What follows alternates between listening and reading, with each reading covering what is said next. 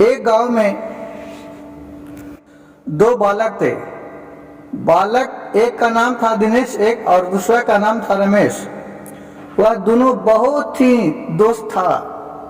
खाना पीना उठना बैठना जहाँ रहे वहाँ एक जगह रहता था और जो दोनों एक ही टोला के रहने वाला था। दोनों में इतना गहरा प्यार था कि उसके बिना वो नहीं रहता था और उसके बिना वो नहीं रहता था।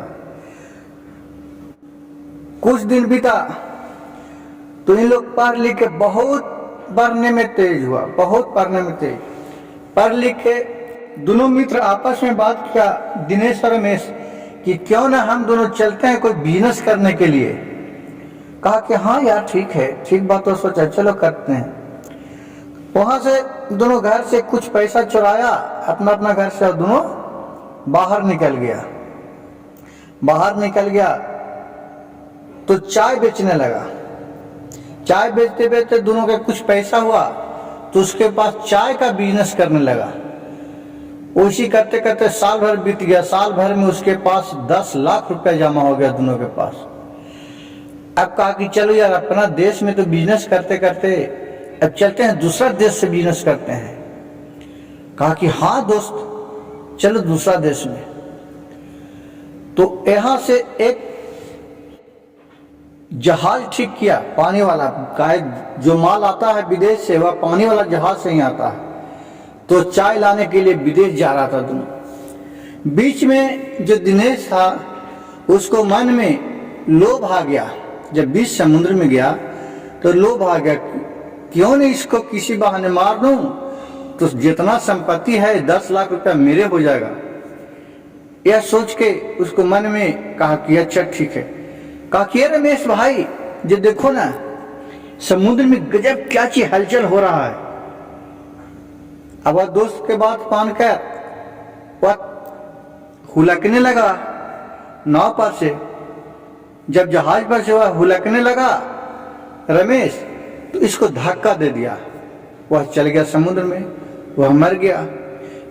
फिर जहाज वाले को बोला कि भाई तुम वापस ले चलो जहाज, जो मेरा दोस्त गिर गया समुद्र में, अब कैसे करूं, मैं क्या करूं। अब उसका बात सुनकर जहाज वापस चला आया। दिनेश लौटकर घर चला आया और सारी बात जाके वो अपना दोस्त के रमेश के मम्मी से बोली कि हम लोग जा रहे थे विदेश, जो समुद्र में नाव से हलचल हुआ, जो नाव गिर पड़ा समुद्र में डूबकर मर गया। ये हम दोनों लीजिए इतना बिजनेस किए थे, ये 2 लाख रुपया है, ये लीजिए उसका कमाई। 2 लाख रुपया उसको दे दिया और 8 लाख रुपया अपने रख लिया और इससे अपना अच्छा घर बनवा लिया और बिजनेस करके बहुत आगे प्रगति पर हो गया।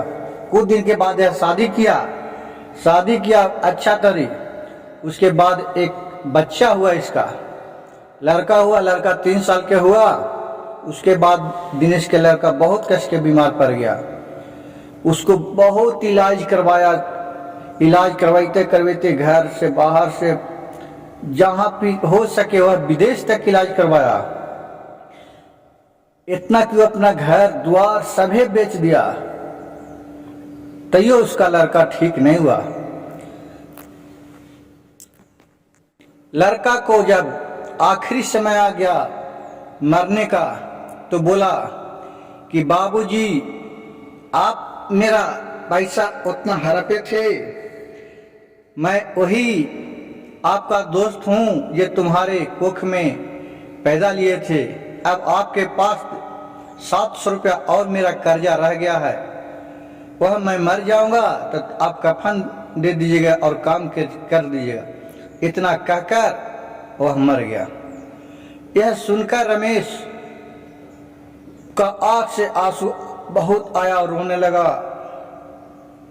कहा कि दुनिया में लोग दौलत का महत्व देते हैं, लेकिन दौलत का महत्व नहीं रहता है। भगवान किसी बहाने न किसी बहाने ले ही लेते हैं। और बेटे को मट्टी उट्टी दिया, जो कार्यक्रम होता है वह किया। और वह जाके अपने जंगल में शिव भगवान का आराधना करने लगा। कहा कि अब इस दुनिया में किसी का कोई नहीं है। शिव भगवान कुछ दिन के बाद इतना उस पर प्रसन्न हुए, उसका दैव दृष्टि प्राप्त हो गया। वह आगे का घटना वह अपने देख सकता था। अब जब इसका बेटा मरा तो यह जाके काशी में जन्म ले लिया। दिनेश के जो लड़का था जो बोल के मरा था, वहाँ एक बहुत ही महात्मा बन गया, ज्ञानी महात्मा। वह बहुत ही प्रवचन दे रहा था कि घूमते घूमते दिनेश उसी जगह जा पहुंचा। देख रहा कि एक साधु वहाँ प्रवचन दे रहा है, बहुत अच्छी बात सिखा रहा है। पर साधु पर इसका नजर गया दिनेश का, तो यह चिन्ह गया कि यह मेरा बेटा है, और उसको देखकर वह रोने लगा। महात्मा जो भाषण दे रहा था वह देखा कि यहाँ आया है तो क्यों रोने लगा। उसको से आके मिला और उसको कहा कि आप क्यों रो रहे हैं बाबा। बोला कि मैं एकांत में आपको यह बात बताऊंगा। और वहां से वह एकांत में उसका एक कोठरी में ले जाके एक रूम में और अच्छा तरह व्यवस्था करके साधु उसको बैठा दिया और बोला कि महाराज जब प्रवचन खत्म हो जाता है तो मैं आपके पास आता हूं। और फिर वह चले गए। प्रवचन जब खत्म हुआ तो शाम के फिर वह अपने जहां को रखे थे वहां वह साधु भी आए और उसके रोने का कारण पूछने लगे। यह सारी कहानी कहकर उस महात्मा से बताया दिनेश, और बोला कि मेरा तुम दोस्त है, तुम्ही को मैं धक्का देकर समुद्र में ढकेला था। तो बाबा बोले कि यह तुमको कैसे मालूम हुआ। कहा कि मैं शिव भगवान का आराधना किया हूँ इस तरह से कि उनका मुझ पर दैव दृष्टि प्रदान किया है कि मैं आगे का जन्म का बारे में मैं देख सकता हूँ और सोच सकता हूँ। दोस्त मेरे, जो भी मैं कर्म किया हूँ वह हमको क्षमा कर दो।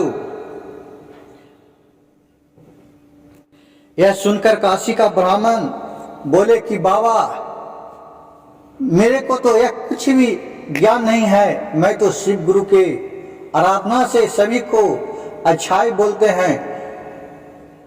अब हमारे पूर्व जन्म में कौन बुराई किया या नहीं किया उसके बारे में मेरा कुछ भी मालूम नहीं है। तो बाबा बोले कि ठीक है दोस्त, मैं तुम्हारे चरण पड़ता हूँ, मेरे बुरे कर्मों का प्रायश्चित मुझे माफ कर दो। जब तक तुम माफ नहीं करेगा मैं आपको चरण नहीं छोड़ूंगा।